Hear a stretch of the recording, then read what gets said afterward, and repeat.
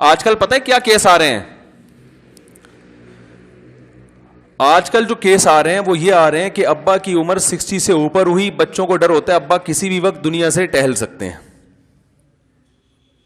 پتلی گلی سے نکل سکتے ہیں, مرنے کے بعد مسائل نہ کھڑے ہوں, مجھے دے دیں گے ابھی, میرا حصہ چاہیے, مجھے کیا چاہیے, مجھے میرا حصہ چاہیے. ابا سے کہتے ہیں مجھے میرا حصہ چاہیے, ابا نے مجھے اب تک میرا حصہ نہیں دیا, حالانکہ اتنے سال کے ہو گئے, شوگر بھی ہے, بلڈ پریشر بھی ہے, کسی بھی وقت جا سکتے ہیں, تو مجھے میرا, بولو نا بھائی, حصہ چاہیے. ایک کیس آیا میرے پاس اسی طرح, ایک بوڑھا باپ اپنے بیٹے کو لے کر آیا کہ یہ زندگی میں اپنا حصہ مانگ رہا ہے اور کہہ رہا ہے زندگی میں ڈیوائڈ کر دیں, ہم سب کو ہمارے حصے دے دیں. تو میں لوگوں کو مشورے تو یہ دیتا ہوں, جب آپ بوڑھے ہو گئے تو زندگی میں ڈیوائڈ کر دو تاکہ بعد میں پھڈے نہ ہو. مشورے کی حد تک تو یہ ٹھیک ہے, لیکن اولاد کو یہ باور کراتا ہوں کہ یہ باپ کا احسان ہوگا. وجہ اس کی یہ کہ یہ جو آپ کہہ رہے ہو نا میرا حصہ, تو آپ کا حصہ بنتا نہیں ہے. شریعت میں جو کماتا ہے نا وہ سارا اسی کا مالک ہوتا ہے, اس میں آپ کا حصہ, وہ تو مرنے کے بعد, چونکہ میت اب ملکیت کی اہل ہی نہیں ہے, اس لیے مرنے کے بعد آرڈر ہے کہ اس میں اللہ کہتے ہیں ابھی اولاد میں دے دو. زندگی میں تو 99 سال کا بھی ابا ہو گیا تو وہ ساری جائیداد اسی کی ہے, ایک دھیلا بھی آپ کو نہ دے, اس کو یہ حق حاصل ہے. شریعت نے اس کو اخلاقی طور پہ ترغیب ضرور دی ہے کہ اپنی اولاد کو لاوارث نہ چھوڑو. حدیث میں آتا ہے کہ جو ہے نا تم اپنی اولاد کو لوگوں کے سامنے بھیک مانگے گی, یہ اس سے بہتر ہے کہ ان کو وراثت چھوڑ کے جاؤ. ان کے لیے ترغیبات ہیں, رائٹ نہیں ہے اولاد کا. دیکھو ترغیب ہمیں یہ ہے, نبی صلی اللہ علیہ وسلم نے فرمایا جو شخص پیٹ بھر کے کھائے پڑوسی بھوکا سوئے وہ مومن نہیں ہے. تو ہمیں ترغیب ہے کہ اپنا بھی پیٹ بھرو اور پڑوسی کا بھی. لیکن کیا پڑوسی کو یہ حق دیا کہ پڑوسی کے مال میں تمہارا حق ہے, لہذا اگر تم آج بھوکے ہو تو جا کے وہاں سے 2 روٹی چرا کے لے آؤ, یا وہاں جا کے برتن لے کے جاؤ, بولو میرا حصہ نکال بے. کیونکہ حدیث میں آتا ہے وہ مومن نہیں ہے جو خود پیٹ بھر کے کہے پڑوسی بھوکا سوئے تو میں نے تو ناشتہ کیا نہیں ہے, 2 پراٹھے پہنچا دے, میرا حق, میرا حصہ ہے. بولے گا نکل یہاں سے. احسان کا حکم دیا ہے, یہ احسان ہے. ہم کما رہے ہیں تو ایک شریعت نے اخلاق سکھائے کہ بھئی اڑوس پڑوس کا بھی خیال کرو. اڑوس پڑوس کو یہ حق نہیں دیا کہ وہ اپنا حصہ مانگنے چلی جائے. ارے پڑوسیوں کو حق دیا ہے کہ بھائی آنٹی ہمارے یہاں دودھ ختم ہو گیا ہے, آپ کے یہاں 2 کلو آتا ہے تو آدھا کلو ہمیں دو. بولو نا بھائی کیا ہو گیا یار. آدھی حدیثیں سنتے ہیں, آدھی نہیں سنتے. یہ والی سنی ہوئی ہے کہ شریعت میں حکم ہے والدین اولاد کو لاوارث نہ چھوڑیں اور بھکاری نہ بنائیں. یہ نہیں سنتے کہ اولاد کا مال باپ کا ہے, باپ کا مال اولاد کا نہیں ہے. باپ کا مال اولاد کا جب بنتا ہے جب باپ مر جائے, کیونکہ اب وہ باپ کا رہتا نہیں ہے. جب باپ ہی نہیں ہے تو مال کا کیا کرنا ہے اس نے. تو وہ بوڑھے باپ آئے میرے سامنے اپنے بیٹے کو لے کر, یہ مجھ سے حصہ مانگ رہے ہیں, مجھ سے حصہ مانگ رہے ہیں, مجھ سے حصہ مانگ رہے ہیں, تو میں کیا کروں. میں نے ان کے بچے سے کہا, میں نے کہا دیکھو پہلی بات تو یہ کہ یہ جو آپ کہہ رہے ہو مجھے میرا حصہ چاہیے, یہ آپ بہت بڑی غلط فہمی میں آ گئے ہو, بہت بڑی. آپ کا حصہ ہے ہی نہیں. آپ ابا سے یہ بولو ابا مجھ پر احسان کر کے مجھے ہدیہ دے دو. صحیح ہے نا. کیا خیال ہے بھائی, اس کو گفٹ کہتے ہیں, تبھی اس پہ وراثت کے حکام بھی جاری نہیں ہوتے. خوب سمجھ لیں, زندگی میں جب باپ اپنی وراثت تقسیم کرتا ہے تو لیبل اس پہ وراثت کا ہوتا ہے, مگر شریعت اس کو وراثت نہیں مانتی. شریعت اس کو گفٹ اور ہبہ مانتی ہے. تبھی شریعت میں حکم ہے کہ زندگی میں جب تقسیم کریں گے تو برابر کرنا پڑے گا. بیٹی کو آدھا, بیٹے کو دگنا نہیں دیں گے, کیونکہ ہبہ میں رسول اللہ صلی اللہ علیہ وسلم سے صحیح حدیث منقول ہے کہ آپ نے اولاد میں برابری کا حکم دیا ہے. ایک صحابی آئے رسول اللہ صلی اللہ علیہ وسلم سے عرض کیا, یا رسول اللہ میرے 2 بیٹے, میں ایک کو اپنا ایک غلام ہدیہ کرنا چاہتا ہوں. آپ نے فرمایا دوسرے کو بھی دے رہے ہو؟ انہوں نے فرمایا نہیں. فرمایا میں ظلم پہ گواہ نہیں بن سکتا. یہ تو ظلم کر رہے ہو, ایک بچے کو دے رہے ہو, اتنا نواز رہے ہو, غلام کی تو بڑی قیمت ہوا کرتی تھی. فرمایا میں نہیں, ظلم پہ میں گواہ نہیں بنوں گا.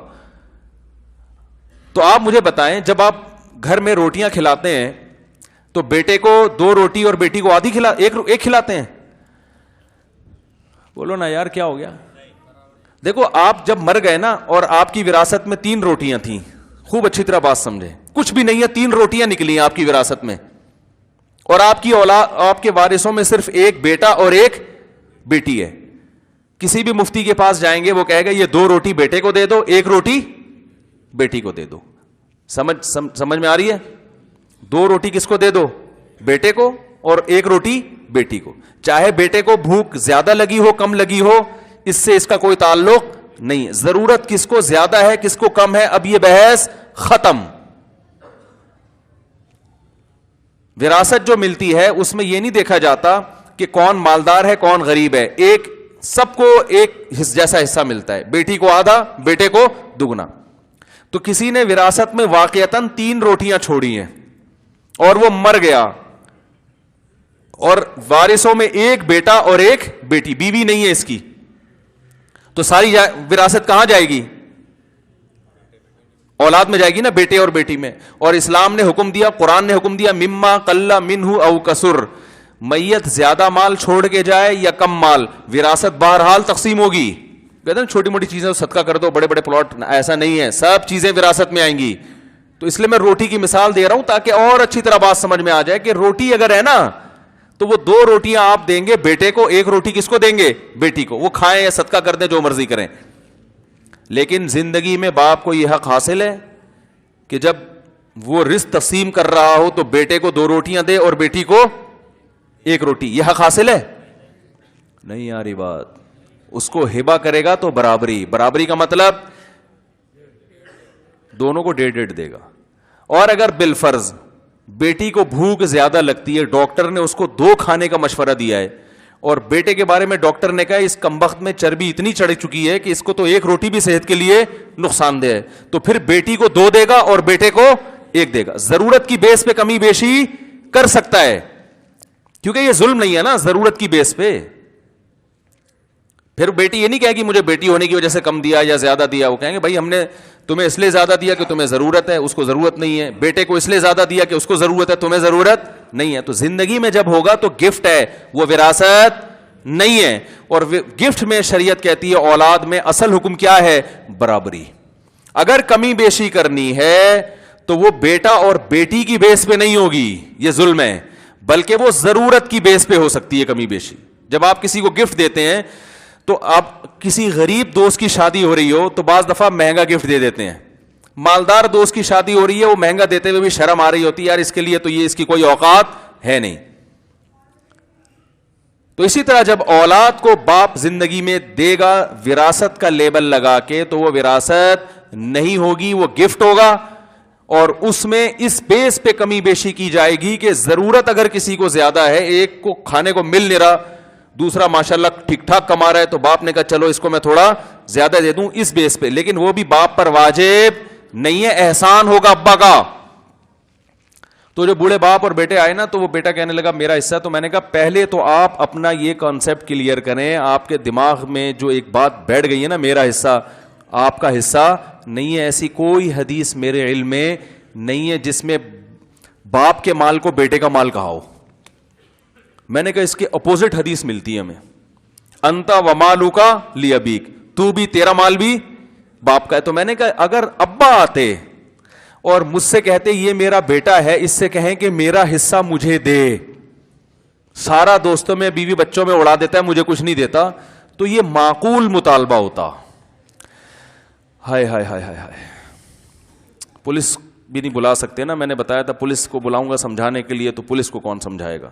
کئی سال تک میں پولیس کی دھمکی دیتا رہا ہوں, لیکن مجھے یہ نہیں, میرا دماغ اس طرف گیا ہی نہیں کہ میں پولیس کو بلا کے آپ کو سمجھاؤں گا. تو کتنی کامن سینس کی بات ہے, جیسے میرا دماغ نہیں ہے, پولیس کو کون سمجھائے گا. بڑی یعنی حیرت ہے مجھے, اپنے اوپر حیرانگی ہو رہی ہے یار, اتنی بڑی بھول مجھ سے ہوئی ہے. میں بات بات میں آپ کو دھمکی دیتا تھا نا, نہیں سمجھ میں آ رہی تو پولیس کو بلواؤں گا, تو زیادہ واسطہ نہیں پڑا نا پولیس سے. اب جب واقعات سامنے آتے ہیں تو اندازہ ہوا کہ بھائی پولیس کو سمجھانا تو آپ کو سمجھانے سے زیادہ مشکل ہے. تو دیکھو غیرت والی زندگی گزارو گے نا, انشاءاللہ اس میں فائدہ ہوگا. ماں باپ کی دعائیں لے لو. ہاں ابا واقعی اگر ظلم کر رہے ہیں, آپ کے منہ سے نوالا چھین رہے ہیں, بعض ابا ہوتے ہیں لیکن شاٹ ہیں مارکیٹ میں, باپ کو تو اللہ نے خیر خواہ بنائے, لیکن بعض ایسے ہوتے ہیں کہ پوری تنخواہ اولاد سے چھین لی, صحیح ہے نا, پھر اس سے گھر کے خرچے بھی پورے نہیں کر رہے.